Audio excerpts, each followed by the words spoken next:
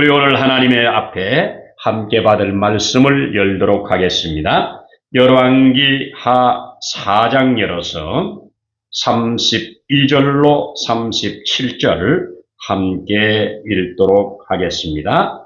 엘리사가 집에 들어가 보니 아이가 죽었는데 자기의 침상에 눕혔는지라.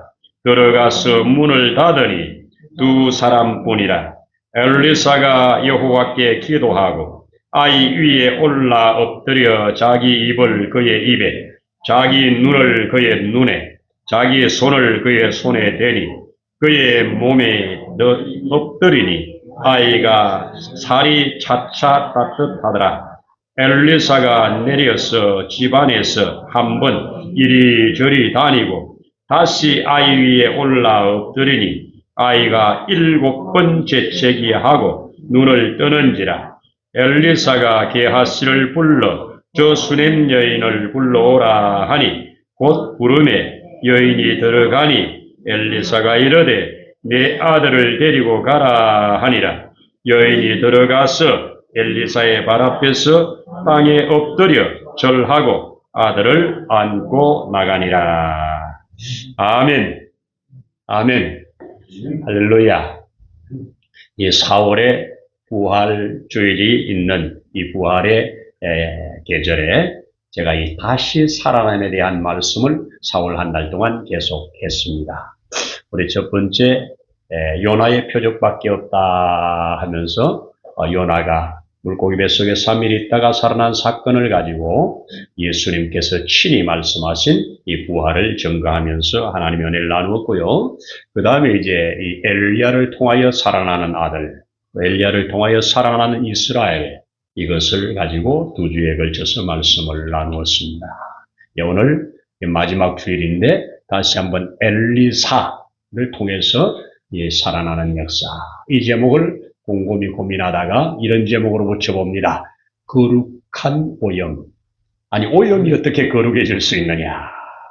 그런데 이것이 성경 전체에 흐르는 큰 진리고 이 세상에서도 역시 드러나고 이루어지는 현상임을 이 시간 증거를 하면서 함께 은혜를 나누려고 합니다. 여러분, 참 이 거룩한 오염이다 하는 건데 무슨 말이냐. 엘리사가 죽은 아이를 끌어안고 그 아이를 살리는 과정, 이 과정인데요. 자, 왜 거룩한 오염이냐 하면 레위기 19장 또 신명기의 말씀대로 하면 사람이 시체를 만지면 그 사람은 부정하게 됩니다. 그래서 그 사람은 일정 기간 동안 격리되어야 하고요. 그리고 정결 예식을 행하여 정결함을 가지고 그 다음 하나님께 나가는 겁니다. 이것이 구약의 율법입니다. 그래서 시체를 가까이 하지 않게 되어 있습니다. 그래서 이스라엘 백성들이 하나님의 성전 예루살렘에 올라올 때 그 올라오는 길목에 이 무덤들이 있으니까 이 무덤들이 세월이 가면서 파헤쳐져요. 파헤쳐지면 거기에 뼈들과 이런 것들이 드러날 수 있습니다. 그래서 그곳을 지나가다가 그 죽은 지 오래된 뼈라도 그가 접촉이 되면 부정한 자라서 예루살렘 성전에 못 들어가요.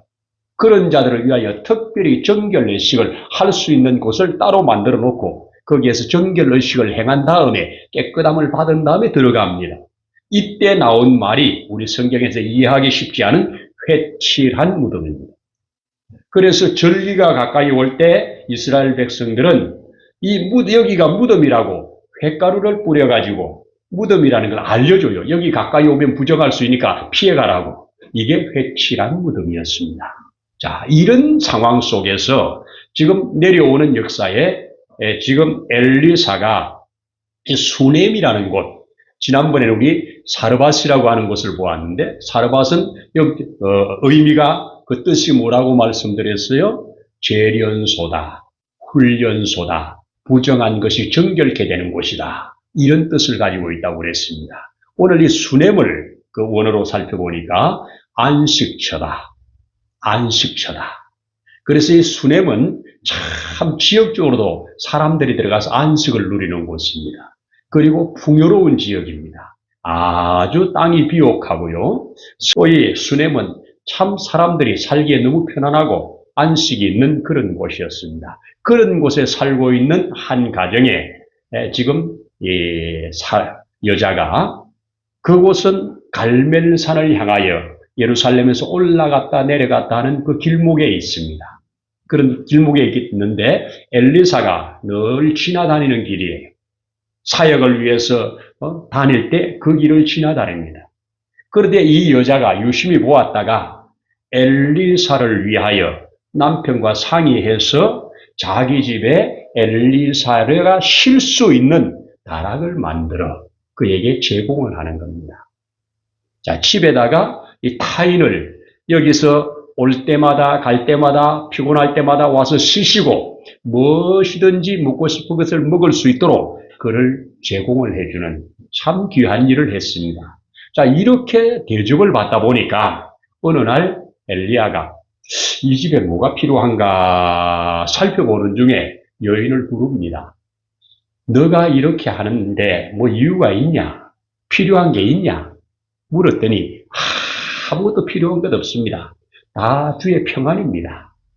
이렇게 말합니다. 그러고 나서 돌아간 다음에 이제 엘리사가 종을 시켜서 물어봅니다. 이 집안에 꼭 뭐가 필요한지 한번 살펴봐라. 무언가를 해주고 싶은 겁니다. 그때 게하시가 지금까지 살펴본 후로 이 가정에는 아이가 없습니다. 모든 것이 부유하고 모든 것이 평안한데 아이가 없습니다. 그때 그 아이가 없다는 이야기를 듣고 엘리사가 그 여인을 부릅니다. 내년 이맘때에 아이를 안으리라. 지금 결혼한 지 오래된 집입니다. 나이도 많은 집입니다. 그런데 내년 이맘때 내가 아이를 안으리라. 이렇게 말을 합니다. 이렇게 말을 했는데 이 여인이 배가 불러오면서 아이를 낳은 겁니다. 얼마나 귀하게 얻은 아들입니까? 하나님 앞에 기도하여 응답받은 것입니다. 엘리사와 관계에서 이렇게 새로운 선물, 이 아들을 하나 받은 것이 얼마나 큰 축복이 은혜였겠습니까? 자, 그런데 이 아이가 점점 자라다가 이제 아버지의 밭에 나갔다가 아버지의 밭에서 머리야 하다가 꿀꺽 죽어버려요. 이 아버지가 이 아이가 아파하니까 빨리 어머니에게 데려가라 했는데 어머니의 품에서 죽어버립니다. 그때 이 여인은 이 사르밧 과부와는 조금 다르게 사르밧 과부는 그 아이가 죽자마자 그냥 엘리야한테 막 원망하잖아요. 그런데 이 여인은 원망하지 않고 그 아이를 그대로 그 엘리사의 방에 갖다 눕히고 자기는 즉시 나귀를 준비해서 엘리사에게로 달립니다. 달려서 이 아이 이야기를 합니다. 아이가 죽었다는 거. 그랬더니 그 이야기를 다 듣고 엘리사가 자기가 늘 가지고 다니는 지팡이, 이 지팡이를 이 게하시에게 주면서 이걸 가지고 빨리 가서 아이의 머리에 올려놔라. 그렇게 말했더니 이 게하시가 열심히 달려가서 그 아이의 머리에 지팡이를 딱 얹어놨는데 아무 일도 안 일어나요. 아무 능력도 안 나타나요. 역사도 안 나타나요. 그냥 그대로 있는 거예요. 게하시가 다시 말하죠. 아무 증거가 없습니다. 죽은 채로 그대로 있습니다. 이때 엘리사가 달리는 겁니다. 그 집으로 달려갑니다. 그리고 오늘 읽은 본문에 그가 집에 들어가서 다락에 올라가서 그 죽은 아이를 자기 몸으로 덮는 역사입니다. 덮어서 오늘 구체적으로 그 입을 입과 눈을 눈과 손을 손과 맞대면서 엎었다고 말을 합니다. 그런 기도하고 그렇게 했다고 그러죠. 기도하고 그렇게 했습니다.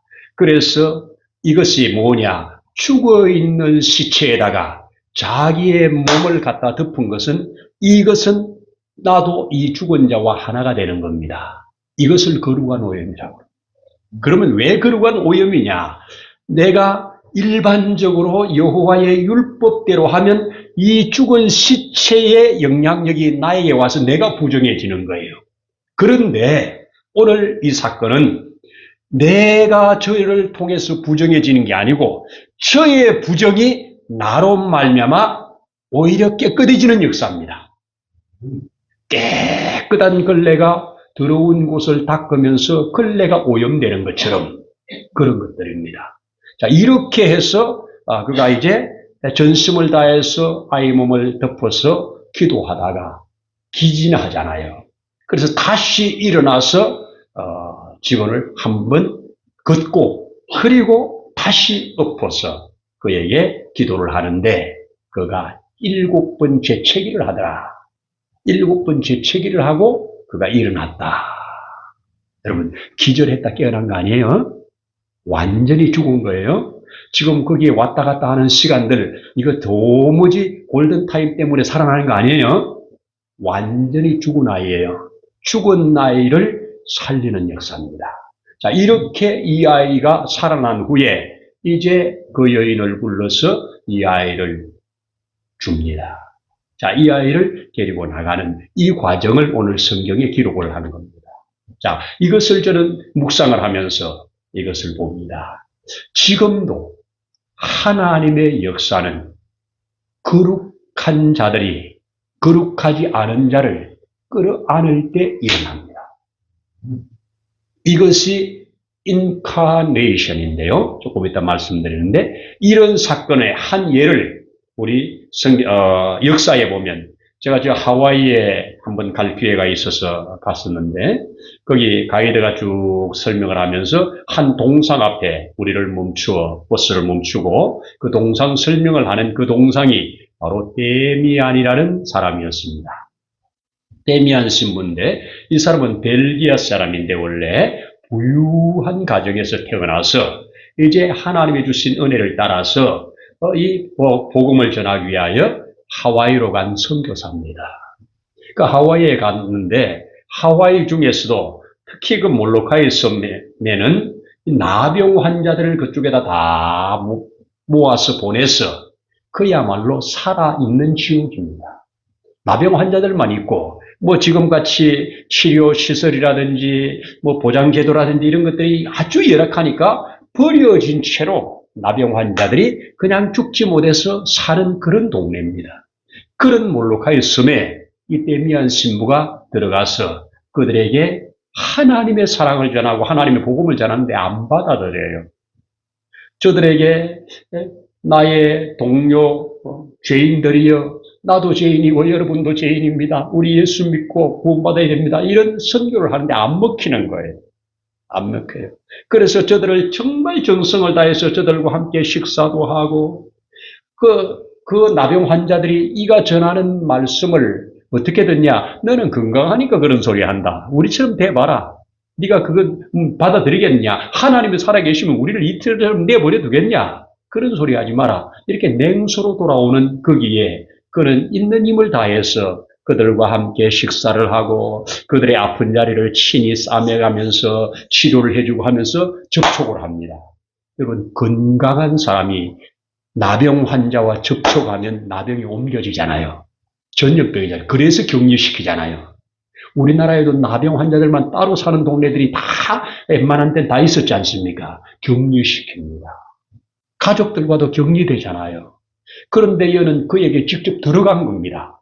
들어가가지고 그들의 상처를 싸매면서 그들과 함께 먹고 마시면서 나중에는 자기가 뜨거운 물에다가 발을 담그고 씻는데 전혀 감각이 없는 거예요. 그때 드디어 그가 자기도 나병이 걸린 것을 알게 됩니다. 그리고 그 하나님께 감사합니다. 이제 나도 저들과 같이 되었군요. 하면서 그들에게 나가서 다시 설교할 때 뭐라고 말합니까? 나의 사랑하는 나병 환자들이여, 나와 함께 된 나병 환자들이여. 이렇게 말하면서 설교를 합니다. 이 설교가 이제 먹히기 시작합니다. 이 소문이 나기 시작합니다. 저 사람이 우리에게 들어와서 우리가 똑같은 병을 함께 걸리면서 이렇게 전하는 이 복음이야말로, 그러면서 그의 삶이 그들에게 영향을 주어서 그야말로 살아있는 지옥이 그 심령의 천국으로 임하게 되는, 지금도 하와이에 가면 서 있습니다. 여러분, 이것이 그 나라만 있는 일이겠습니까? 우리나라에도 손양한 목사님이 그래 하셨잖아요. 그래 하셔서 사랑의 원자탄이라는 영화를 만들었지 않습니까? 그렇습니다. 바로 이것이 성경이 가리키는 진리입니다. 이것이 예수님께서 이 부정한 세상에, 이 죄악 덩어리인 세상에 하나님께서 직접 이 땅에 내려오신 사건이 바로 거룩하신 분이 부정한 곳에 접속되는 것입니다. 자, 이것을 우리는 예수 인카네이션이라고 그럽니다. 성육신이라는 말입니다. 거룩하신 분이 우리의 육신을 입고 우리가 똑같은 모습으로 이 땅에 오셨다. 왜? 우리의 모든 부정을 그가 다 뒤집어 쓰고 우리를 정결케 하려고. 이것이 엘리사가 미리 보여준 사건이고 또 엘리야가 미리 보여준 사건인데, 이것이 예수 그리스도의 계시를 미리 보여주는, 예수 그리스도를 통하여 완전하게 이루실 것을 미리 알려주는, 이것을 우리는 증거라고 말을 합니다. 그러니까 엘리야나 엘리사는 시체를 끌어안음으로 그 시체에 오염돼서 자기도 죽는 것이 아니라 오히려 그 시체를 살려내는 이 역사, 이것이 예수님이 우리를 끌어안을 때 우리처럼 죄인 되는 것이 아니라 우리가 그분처럼 의인 되는 역사, 이것이 뭐라고 그럽니까? 내가 그리스도와 함께 죽고 그리스도와 함께 사는 이 역사다. 이것이 오늘 성경이 가르치는 놀라운 진리로 저는 아멘이 되어졌습니다. 거룩한 오염인 것입니다. 예수님이 이 땅에 사실 때 어떡합니까? 바리새인들이나 서기관들이나 이런 사람들이 다 부정하다고 하는 사람들, 그들을 예수님은 직접 가서 만나잖아요. 나병 환자를 직접 만나잖아요. 심지어 장례 지내러 가는 그 관에다가 손을 얹고 기도하잖아요. 심지어 죽은 아이를 손을 잡고 일으키잖아요. 예수님은 모든 부정한 것이 예수님에게 닿는 순간 정결해지는 역사였습니다. 그 당시 모두가 정결하다고 하는 성전이 얼마나 더러워졌습니까? 그런 더러워진 그 성전을 예수님은 깨끗게 하시지 않습니까? 예수님이 그 모든 것을 뒤집어 쓰는 겁니다. 그래서 예수님께서는 이 땅에 오신 목적이 바로 내가 죄인을 살리려 함이라. 살리기 위하여 자기가 오염을 뒤집어 써야 되는 겁니다. 여기에 능력이 있습니다. 이것을 구약의 그림으로 또 저들의 제도로, 의식으로 보여준 것이 이 제단입니다. 하나님의 제단에, 어린 양의 피로 깨끗해진 그 제단에 어떤 죄인든지 제단 뿔을 와서 잡으면 정결해진단 말이에요. 정결해지는 거예요. 참 이것이 예수님과 다른 거에 다른 겁니다. 부정한 것에 접속이 되면 부정해져요. 그렇잖아요. 그런데 예수님의 정결이 그를 정결케 만들어버려요. 이게 센 쪽입니다. 이 세상의 모든 사람들은 접촉하면 부정해지는데 예수님은 워낙 이 생명이 강한 분이라 그 생명으로 오게 합니다. 차갑게 식어버린 저 시체 위에 자신의 몸을 덮어서 그를 데워 하나님의 영이 다시 돌아오게 만드는 이 역사가 바로 거룩한 오염이 되어진 겁니다. 오늘 우리 한번 생각해 보자고요. 내가 누군가의 허물을 끌어안고 그분을 위하여 기도하면서 나의 사랑의 온기가 흘러간다면 그 사람이 살 사람입니다. 이 세상에는 얼마나 많은 사람들이 시체처럼 차가움 가운데 거하는지 모릅니다. 싸늘함 가운데 있는지 모릅니다. 나의 작은 온기가, 내가 예수로 받은 생명이 그에게 흘러들어가는 이 역사야말로 우리가 계속 우리가 바라보고 나아가야 하는 일이라고 믿습니다. 이 엘리사가 이 시체를 가까이 하면 부정하다는 것을 몰랐겠습니까? 알았겠지요. 알았음에도 그는 그렇게 했습니다. 왜? 이것이 바로 그를 향한 하나님의 사랑이기 때문입니다. 율법은 정죄하지만 사랑은 끌어안습니다. 여러분, 다른 사람은 다 손가락질하고 정죄하지만 아버지는 그 아들을 끌어안습니다. 그 아들을 끌어안아서 누구도 이 아이를 정죄하지 못하게 하는 것이 누가복음 15장에 예수님과 하나님의 모습을 가장 잘 보여준 사건이라고 말하지 않습니까? 하나님의 마음, 다 정죄하고 돌 던지는 그 아들을 향하여 그냥 끌어안아 버리는, 그리고 가장 좋은 것을 입히는 뭡니까? 이 거룩한 것이 거룩하지 않은 것을 덮어서 이끌어내는 사건입니다. 그렇습니다. 여러분, 이 사랑이 부분적으로 잘 또 드러난 한 사건이 있다면 바로 거룩한 보아스가 거룩하지 못한 나오미를 끌어안는 겁니다. 나오미는 이방 여자잖아요. 모함 여자잖아요. 결혼했다 남편도 죽었잖아요. 그런데 깨끗하고 거룩으로 표현되는 누구나 존경받는 보아스가 그를 탁 끌어안아서 그를 보아스 것이 자기 것이 되게 만들지 않습니까? 이제는 이 아이의 생명이 곧 엘리야의 생명이 된 겁니다.